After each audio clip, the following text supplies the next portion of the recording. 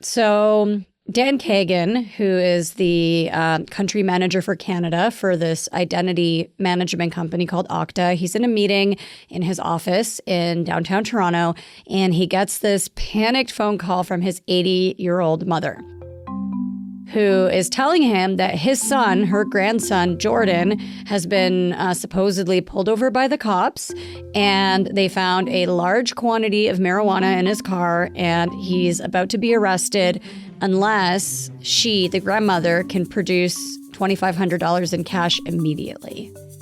Alexandra Posadski is the Globe's financial and cybercrime reporter. And Dan immediately realizes that something is off, and so he goes, hold on, I'm going to go find Jordan. And lo and behold, it turns out that Jordan is sitting in his cubicle at Okta, where he also works as a business development professional. And so Dan tells his mother, like, it was not Jordan. And she's like, but I heard his voice, and it sounded exactly like Jordan. And he even called me Bubby, like he always does. And so she was absolutely convinced that it was Jordan. AI generative technology is getting better at replicating people's faces and voices.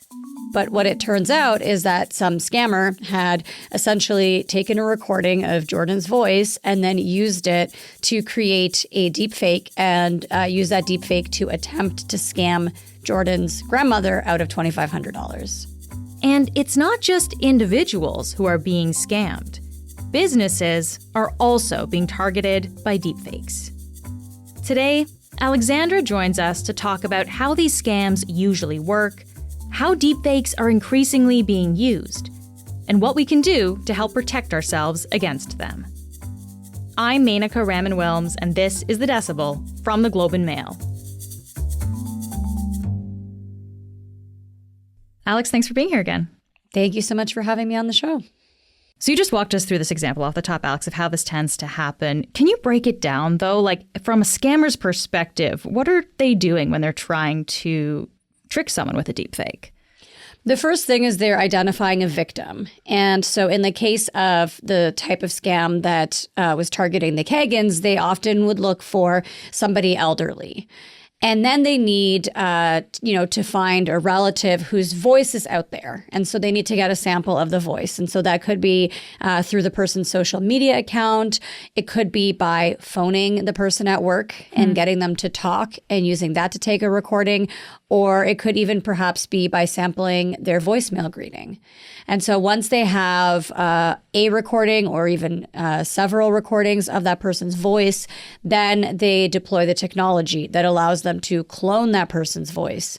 And then what they're doing with that cloned voice is they're then initiating a phone call where they're creating a sort of sense of urgency. This is always really key to every scam, is the sense of urgency, because you're not thinking as clearly when you feel like you're under pressure and there's sort of a ticking clock hanging over you. Right. And so that's kind of what the scam relies on. And then, of course, they have to collect the money somehow if the scam is successful. And so that might be through a cryptocurrency payment, or perhaps, like as was the case with the Kagan story, by sending somebody to the person's home, which is what the scammers were intending to do. Of course, by that point, the Kagans had figured out that it was a scam. They'd called the actual police, and the cops were essentially at Dan Kagan's mother's home waiting in case the scammers showed up to collect the money. Wow. Okay. So that's kind of how it breaks down.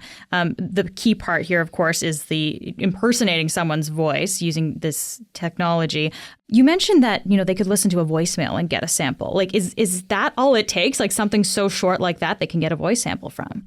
That's what some of the experts that I spoke to told me, is that at this point, it only takes a few seconds of your voice to be able to create a deep fake convincing enough that a regular person can't tell that it's an AI generated deep fake. Now, there are varying levels of technology. And so, some of these services that offer this, they actually request several samples that are slightly longer. And so, that's going to maybe determine how convincing that deep fake is. But they've gotten it down to like a pretty limited amount of recording that's required at this point. Okay.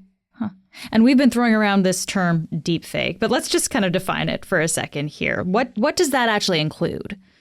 So a deepfake is not necessarily just cloning somebody's voice like what we had here. It could also be copying somebody's image. And so you could even have like a live video, for example, a Zoom call, where it's actually juxtapositioning somebody else's face on top of your face as the caller. So it looks like, to the person on the other end of the line, it looks like they're having a Zoom call with a celebrity or whoever it is that you're trying to impersonate. Okay. Wow. So that's how this happens on a personal level. We've also now seen deepfake scams targeting businesses, right, Alex? So how does this work on a business level? So when I started looking into this story, one of the things that I'd found is this press release essentially from FinCEN, which is the U.S. Anti-money laundering watchdog. And they had actually put out this caution to financial institutions telling them to be on the lookout for deepfake scams, in particular, people using AI to modify or generate images on identity documents. So things like a passport or a driver's license. And then in some cases, using those fraudulent identity documents to open up bank accounts so they can, for example, launder the proceeds of crimes through those bank accounts. So that's one example. There's another example. This is probably the most famous example of a deepfake targeting a business, and that's a British multinational engineering company where a Hong Kong-based employee was actually tricked into wiring the fraudsters $25 million US. Wow. Based on a Zoom call where every single other employee on that Zoom call was actually an impersonation created by artificial intelligence, including the company's CFO. That's kind of incredible. So this person thinks they're getting on a Zoom call with their colleagues, but actually all of those people on the call were fake? Yeah. Wow. Exactly. And what was interesting about it is the employee apparently was actually contacted by scammers pretending to be the CFO, initially saying, I need you to do a secret financial transaction. That kind of tipped the employee off to the fact that something was maybe not quite right here. But then it was after they got on this video call with all of these recreations of their coworkers that they were convinced to actually send the money. Yeah. Yeah. I imagine that would be pretty convincing, right? You think you know these people, you think you're talking to them, but you're really not. Mm-hmm. We've been talking about kind of scammers, and you also mentioned services that someone could procure in order to do this, Alex. How exactly would that work? Yeah, so there's actually like subscription services that you can subscribe to that allow you to create deepfakes. You can also actually find the tools to do this for free on GitHub. Wow. So I think that's a really important thing to keep in mind is what's really behind the growing popularity of these scams is they're so inexpensive. They're so accessible at this point. It's so easy to get the voice sample and create a voice clone or even create a video clone or, a fake image of someone. And then on top of that, we could see from the example of the woman who wired $25 million US, how lucrative they can be. And so it's sort of a perfect storm of it's right there. It's not expensive. You can easily pull it off. And if it works, you can make a lot of money. We'll be back in a minute.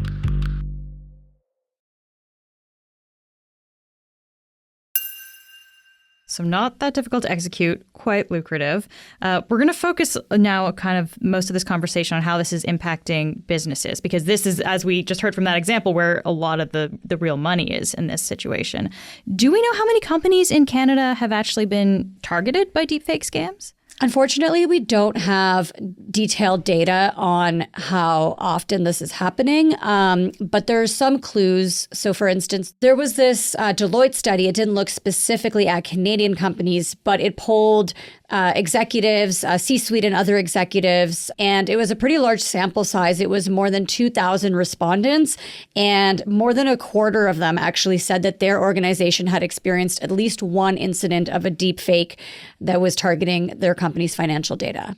And then there's also this US-based company called Entrust, which processes identity verifications. And they said that from 2022 to 2023, they saw a 3,000% spike in deepfake attempts. Okay, so it sounds like this is getting more prevalent then, from what we're seeing at least. Absolutely. I mean, that's the other finding of the Deloitte study is that more than half of the respondents actually expected the prevalence of deepfake attacks to increase. Okay. Do we have a sense then of how much money deepfake scams are actually costing Canadians?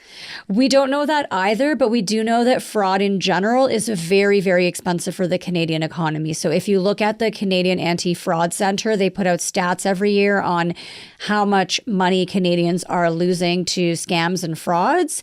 And it's in the hundreds of millions of dollars. And those figures are really just a tip of the iceberg. It's a lot of people don't report these types of incidents to police. And so there are estimates out there that it's just like a tiny fraction, maybe like 5% of fraud. So that number you can imagine is probably much, much higher. Yeah. Wow. So, Alex, we've talked about how this looks like it's an increasing trend of these deepfake scams, even though we don't have like really concrete numbers to look at yet. I guess I wonder, though, is it possible that the numbers we do have are even an undercount? Because something we haven't really touched on yet is a lot of people don't want to admit that they've been scammed. Exactly. I mean, there's a lot of stigma to the idea of having fallen for a scam or a fraud. Some people think like, oh, this makes me look stupid. I wasn't careful enough. And so a lot of people are just embarrassed to admit that this happened to them. And so absolutely, Dan Kagan, who I spoke to for the article, said that he thinks that it's happening much more than we're aware of, particularly because people are too embarrassed to report these kinds of incidents. And I think that's a pretty widely held belief in the industry. And I can imagine that would work on a personal level, but probably also on a business level too. I mean, I imagine that might not be good for business to have that out there. For sure. And I mean, obviously, if you're suffering some kind of a breach that's very large, like it's a material impact on your business and you're a publicly traded company, and there's, loss of customer data that's likely to lead to severe consequences for people's lives. There are certain rules about having to report that. But if you're a private company and maybe your breach didn't actually impact consumer data or employee data, then maybe there is no legal requirement for you to report it. And in that case, absolutely, why would you want to tell the world that, hey, we got deepfake scammed? Yeah. Huh. So we've been talking about a lot of negative uses of this technology, obviously, where people are getting tricked and scammed. I guess I wonder, are there any positive applications of this kind of AI technology? Absolutely. I mean, in general, generative AI is expected to be a big boon to productivity. Whether or not those promises have really panned out at this point is undecided. But in particular, if you look at cybersecurity applications, there's a lot of research out there showing that using AI to protect your company's systems can actually shorten the length of a cyber breach. It can reduce the frequency of cyber breaches. So there was a report out from IBM that essentially showed that there was a significant reduction in the length of a breach by companies that are using AI and automation to protect themselves from cyber attacks. Okay. Well, this might kind of roll into my next question a little bit here, Alex, because I'm kind of wondering about solutions here, or what we can do about these deepfake scams. Are there ways to detect them?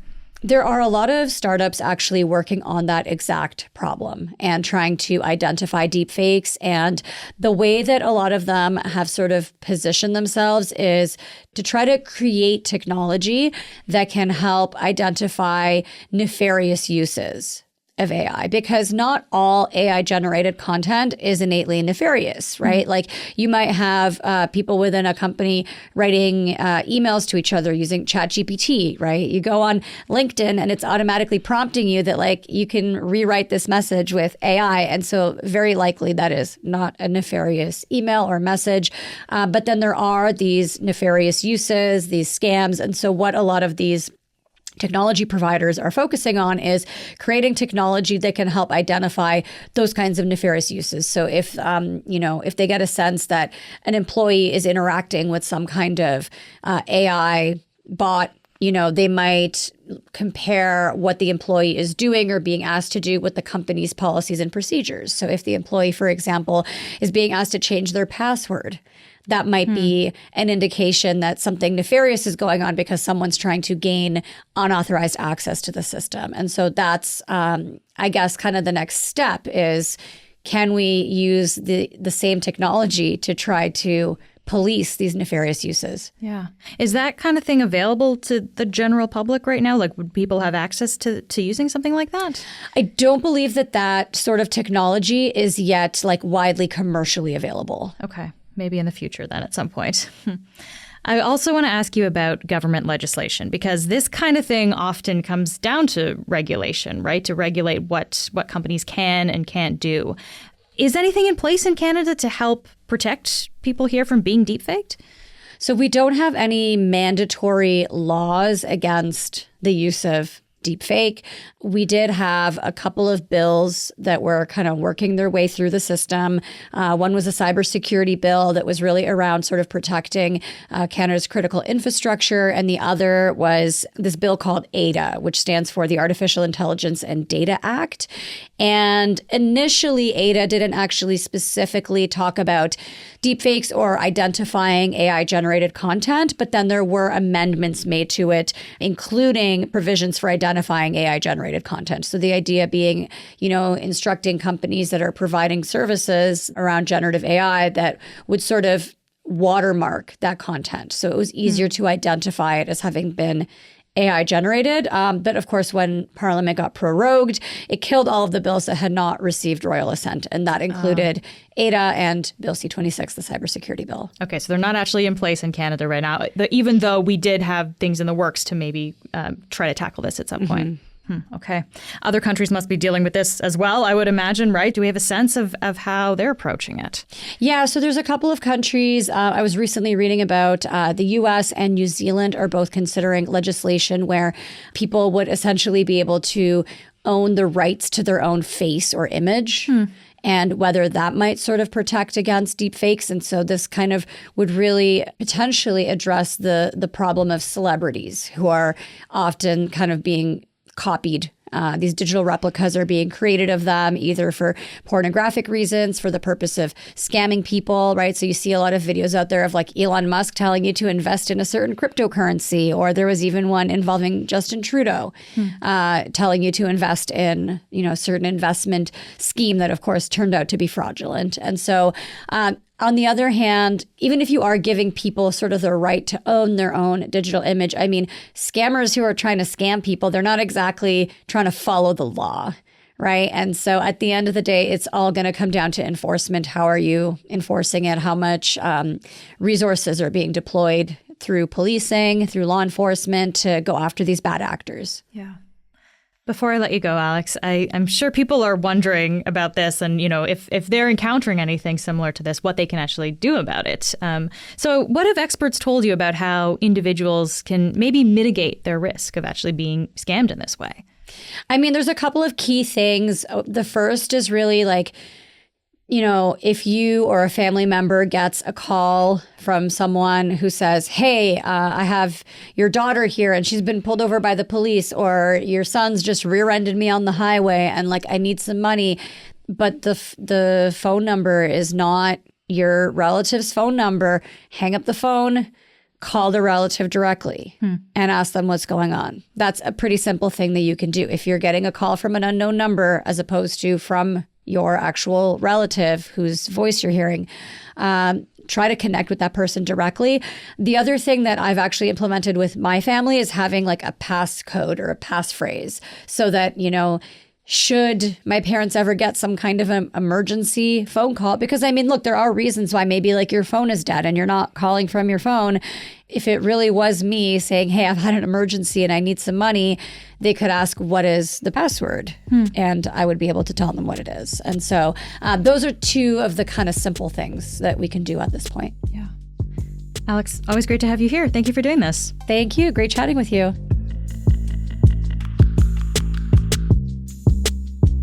That's it for today. I'm Menaka Raman-Wilms. This episode was produced by Tiff Lamb. Our producers are Madeline White, Michal Stein, and Ali Graham. David Crosby edits the show. Adrian Chung is our senior producer, and Matt Frainer is our managing editor. You can subscribe to the Globe and Mail at globeandmail.com/subscribe. Thanks so much for listening, and I'll talk to you next week.